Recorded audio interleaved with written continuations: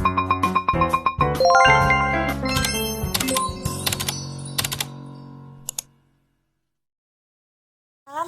warahmatullahi wabarakatuh.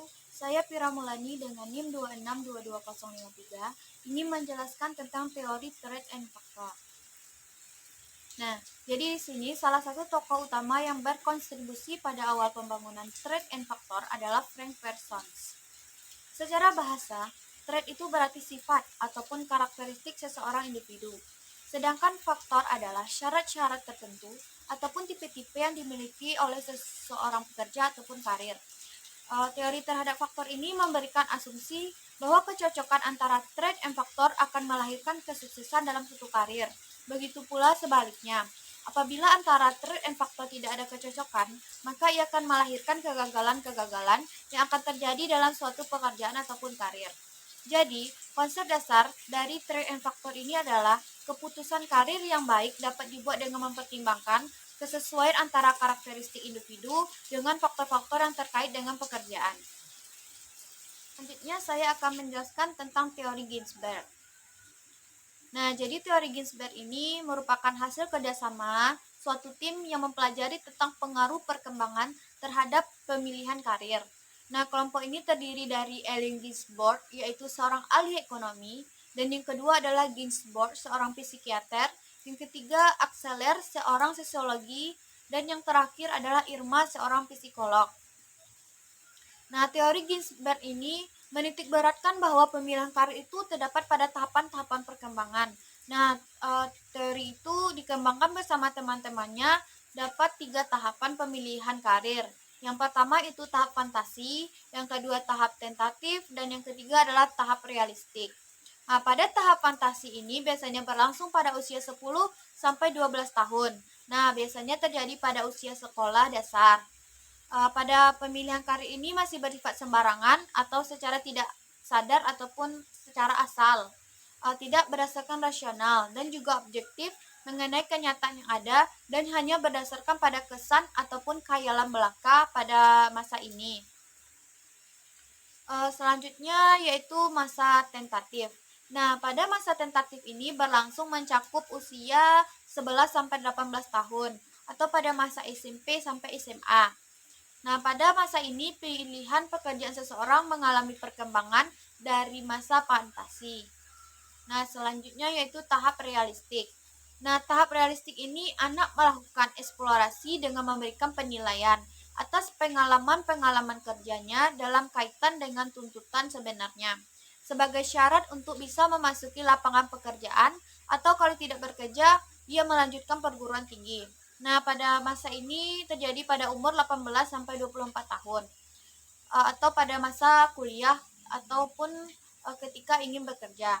Realistik ini mereka sudah terarah dan juga sudah bisa menentukan bagaimana ke depannya karena mereka sudah tahu pekerjaannya itu bagaimana dan mengetahui cara kerjanya.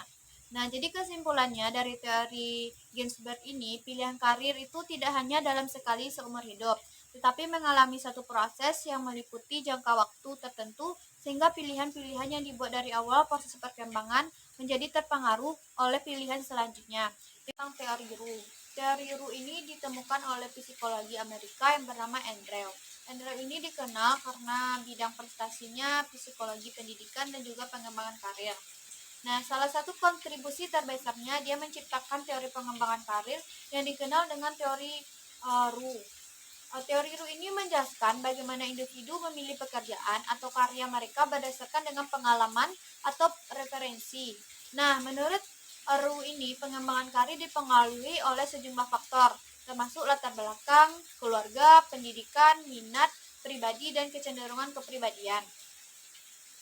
Roux mengidentifikasi bahwa ada 8 minat utama yang dapat di dalam teori ini, yaitu bidang fisik, bidang mekanik, bidang artistik, bidang literatur, bidang numerik, dan bidang sosial.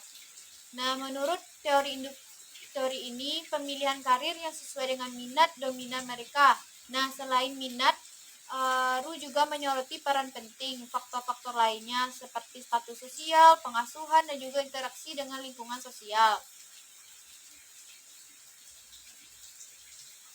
Latar belakang pendidikan yang tinggi cenderung memiliki preferensi karir yang lebih terkait dengan bidang akademik ataupun profesionalnya. Nah, teori ini juga menggarisbawahi bahwa tahapan perkembangan karir yang dialami oleh individu sepanjang hidup mereka tuh ada beberapa. Yang pertama eksplorasi, yang kedua itu tujuan, yang ketiga pemilihan pendidikan, dan pelatihan yang juga berakhir yaitu memasuki dunia kerja. Nah, meskipun teori ini memberikan pemahaman yang penting bagaimana faktor-faktor seperti minat, latar belakang, keluarga, dan juga lingkungan sosial, tapi penting juga diingat bahwa preferensi karir individu itu bisa dipengaruhi oleh banyak faktor lainnya, nggak hanya yang disebutkan yang tadi. Nah, teori ini memberikan kerangka kerja yang bermanfaat dalam memahami, mempengaruhi berbagai faktor dalam mengembangkan karir, tetapi keputusan karir akhirnya merupakan hasil dari kombinasi unik dari berbagai pengaruh dan faktor pribadi. Teori Krumbros. Teori Krumbros adalah teori pengembangan karir yang menggabungkan aspek-aspek psikologi, sosiologi, dan juga pembelajaran. Nah, pada teori ini menekankan pentingnya faktor lingkungan dan juga kebetulan dalam pengambilan keputusan karir individu. Menurut teori Krumbros ini, pengembangan karir itu tidak sebatas pada keputusan yang terencana dan juga terarah. Sebaliknya, teori ini malah menekankan bahwa individu seringkali menghadapi kebetulan dan peluang yang tidak terduga dalam perjalanan karirnya. Faktor-faktor lingkungan seperti pengaruh keluarga dan juga kesempatan yang tersedia juga dapat berperan dalam pengembangan karir ini. Nah, teori Krumbros ini mengidentifikasi ada 4 faktor utama yang mempengaruhi pengembangan karir seseorang.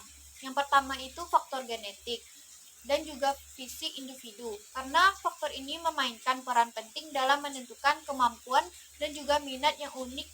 Yang kedua yaitu pengalaman belajar. Sepanjang hidup berkontribusi pada pengetahuan dan keterampilan. Dan yang ketiga adalah faktor lingkungan, seperti pengaruh orang tua, teman sebaya, dan peran model. Kemudian yang terakhir yaitu kebetulan dan peristiwa yang tak terduga dalam hidup dapat membuka peluang dan membentuk arah karir seseorang. Nah, dalam teori Krumbros ini, mengambil keputusan karir itu bukan proses ataupun batas. Nah, individu diharapkan untuk bisa mengambil risiko dan memanfaatkan peluang yang muncul di sepanjang jalan. Jadi, teori ini menekankan pentingnya percobaan dan adaptasi dalam pengembangan karir yang memuaskan secara keseluruhan. Teori rumus ini menawarkan pendekatan yang holistik dan juga dinamis. Tentang teori Holland. Teori Holland ini hubungan antara kepribadian individu dan jenis pekerjaan yang sesuai dengan kepribadian. Teori ini mengumpulkan 6 lingkungan okupasional dan 6 tipe kepribadian. Yang pertama yaitu lingkungan. Okupasional tersebut adalah realistik, investigatif, artistik, sosial, enterprising, dan konvensional. Sementara itu, tipe kepribadian yang dijelaskan oleh teori ini adalah realistik, investigatif, artistik, sosial, enterprising, dan konvensional.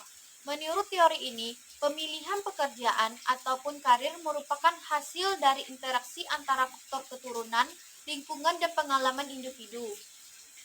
Teori ini juga menganggap bahwa minat kerja merupakan aspek kepribadian, sehingga deskripsi pekerjaan pribadi juga berkaitan dengan deskripsi kepribadian individu. Teori karir Holland telah terwujud pada bimbingan dan konseling di sekolah, di mana konselor dapat melaksanakan asesmen kepada peserta didik untuk menentukan kepribadian siswa dan lingkungan, sehingga dapat memberikan saran karir yang sesuai.